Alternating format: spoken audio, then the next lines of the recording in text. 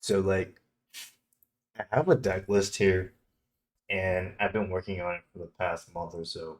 And it's not good, but it's my brew with the concept. It's a Highlander style. So meaning one copy of every card or each card. Uh no more than two, three copies is right out. So everything is a one of in the deck, which you know, forces some restrictions, right, in the sort of deck building philosophy that you can go into. So I figured let's split it up into engines. So this deck profile is going to be a little different from many other deck profiles on YouTube in that I'm going to break it down by the engines and the archetypes. And I think this is the most major groupings I could bring it down to. So for the first grouping, we have our tokens and our field center, uh, more tokens, and a non-related TCG card, which is pretty nice, Jolteon. So this whole idea started because I want to make a deck that's just gonna summon out Red Eyes Dark Dragoon fairly consistently, and why not play Red Eyes Fusion? Red Eyes Fusion sucks. You know the restriction on it. You don't want to play Red Eyes Fusion. So how else can I play it? And I started brainstorming, right? And I was like, I like the adventure engine. I like tournaments. I like. I don't like branded. Uh, but I do like tournaments, right? So how do we do that? We're playing Red Eyes Dark Dragoon. Obviously, you need your Red Eyes, Black Dragon, and Dark Magician. These two are mandatory. Newly released, or relatively newly released in Dune. Red Eyes Black Meteor Dragon's really great for dumping Black Magician to the graveyard. Because it just is a normal monster. It doesn't have to be Red Eyes Black Dragon. And remember that because that'll be very important. You want to sculpt your hand and your graveyard to the lines of play with this deck, which doesn't really have a great ceiling and the most horrible of floors and bricks. But that's okay. But yeah, Red Eyes Black Meteor Dragon, very important. It's level 6, but it becomes level 7 when you special summon it with its own effect, which becomes important. Because, believe it or not, this is a 7 axis deck. Black Metal Dragon, a level 1, searches out the Black Meteor Dragon. We have Link Rebo, link it off, really easy. Illusion of Chaos, searches out Illusion Magician Souls. I was playing an Illusion Apprentice Magician for a free body, but a DM in the hand doesn't do too much other than discard fodder in certain hands. So I cut that one out. But yeah, Illusion of Chaos is just basically another copy of Magician Souls because it's a Highlander style deck. Otherwise, I would probably just play a hard copy of Souls. No, even then, it thins the deck because Souls ejects the Illusion of Chaos out from the main deck, which will thin the deck so you can get into possibly better draws, maybe. So, I don't know. You could think about this day in, day out. Do you play in a vacuum? Do you play two Magician Souls or do you play Magician Souls and Illusion of Chaos? Sound out in the comments below. And Magician Souls is absolutely mission critical because this is basically pot of greed, and you'll see why from this here. And then the last card, Magical Ice Fusion. Uh, this is what I'm saying. Like you don't play Red Ice Fusion, you play Magical Ice Fusion instead because Red Ice Fusion sucks for the very reason it restricts you into not special summoning or normal summoning for the rest of the turn, for the entire turn. Period. So Magical Ice Fusion is way more flexible. All you have to do is just banish the materials out of your graveyard. Summon, our boy, Red Dark Dragoon. So yeah, to enable Magical Life Fusion, we have certain mill cards in the deck as well, and then there's different lines you'll figure out to be able to make that live if you draw it. A lot of this in a Highlander style deck, remember, is if you draw it. but the idea here is to make most cards live because you're playing one-ofs, and then you use hard with hard once per turns. So having as many cards live as possible is also a theory behind this deck. So Merly is a critical, mission critical piece. It's a send off a sprint to get into fusion plays. If you hard draw it, you don't want to see it. But at the worst, maybe you could Hail Mary mill normal summon it, or find a way to sculpt your hand to dump it off of Fateful Adventure to trigger it. Um, but yeah, otherwise, Merely mission critical piece. It fuses into so many things in the extra deck we'll go into, um, and is just part of the main combo line for this deck. Tailments Castera. This is where we're bridging between Tailments and Castera here. Uh, it's usually a find off of the Fenrir, and we all know Castera Fenrir, but it's a Highlander deck. Fenrir can't search Fenrir, so we search Unicorn. But I'd rather open Unicorn plus Fenrir in the hand because of Birth, like it's just the Castera engine is crazy. But again, free special summon, level summon, I mean, if I open Unicorn, right, you just special it, play Blurth, and then normal summon a 7, and then you overlay into a 7. What 7? We'll get into that later. Adventure engine, pretty self-explanatory. Everything you see here, um, War Thought, Griffin, Illegal Knight is an absolute must play in this deck because you can just chain these two right after another and then summon both these out, right?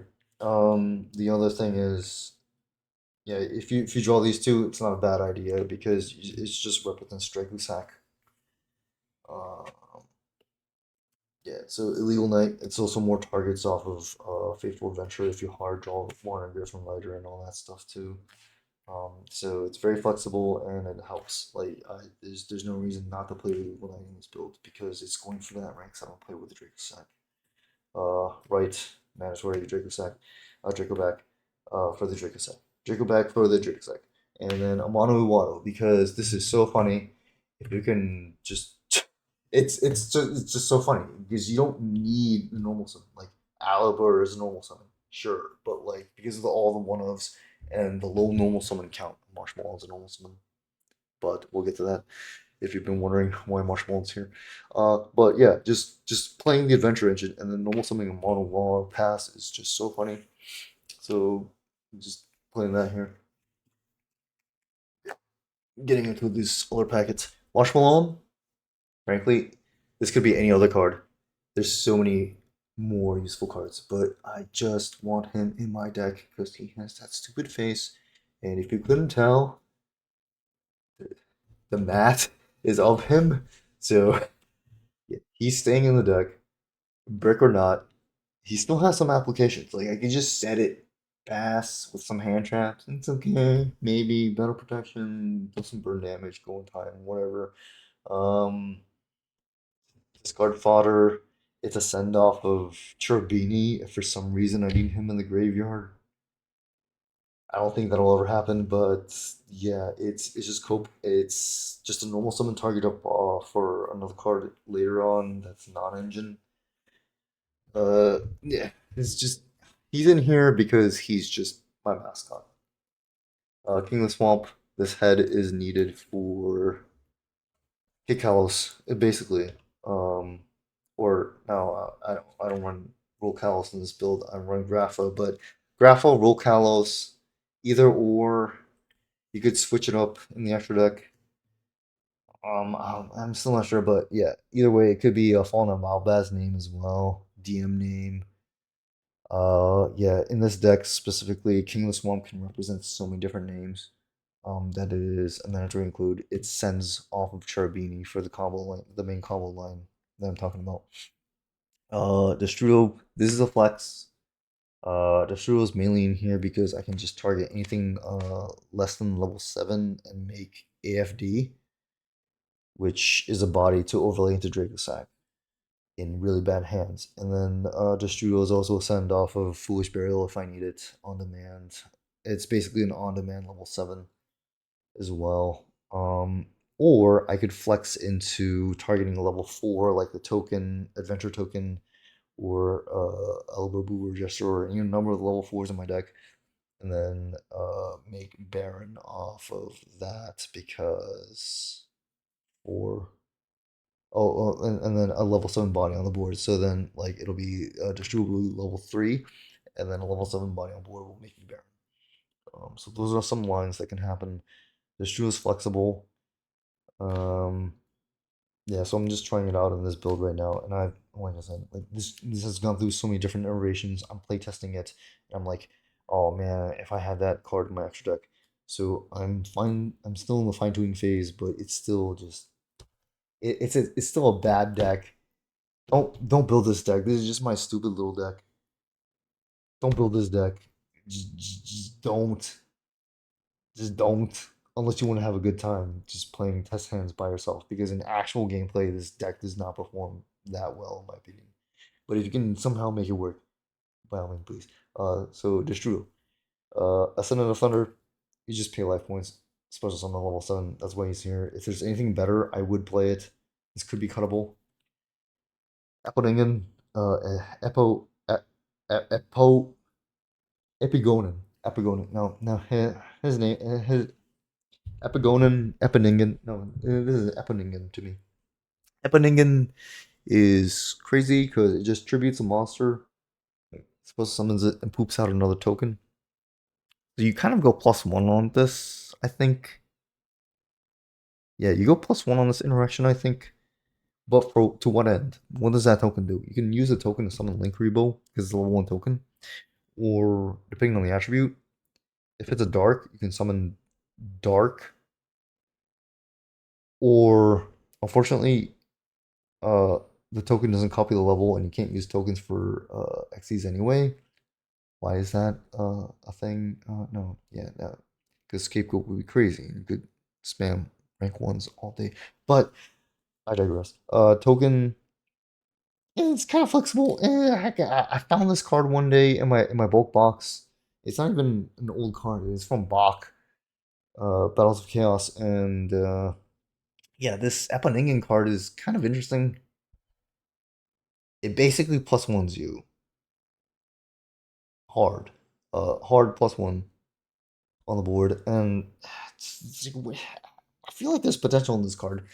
And it's a level 7, and it happens to synergize with the rest of the deck, so which is why it's included here for now. But if I find something else in a couple few years down the line, this is easy cut. Fool's Burial. I think it's self-explanatory. You just play it. 1 for 1.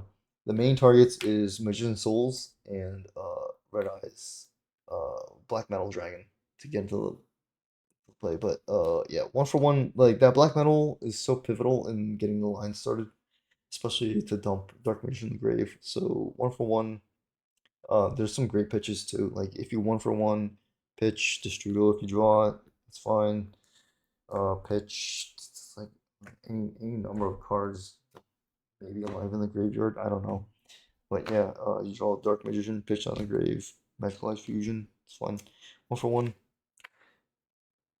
crazy good in this deck because again, it's Highlander. If it was not Highlander, I would still not play a second copy of Black Metal because 1 for 1 is a special summon.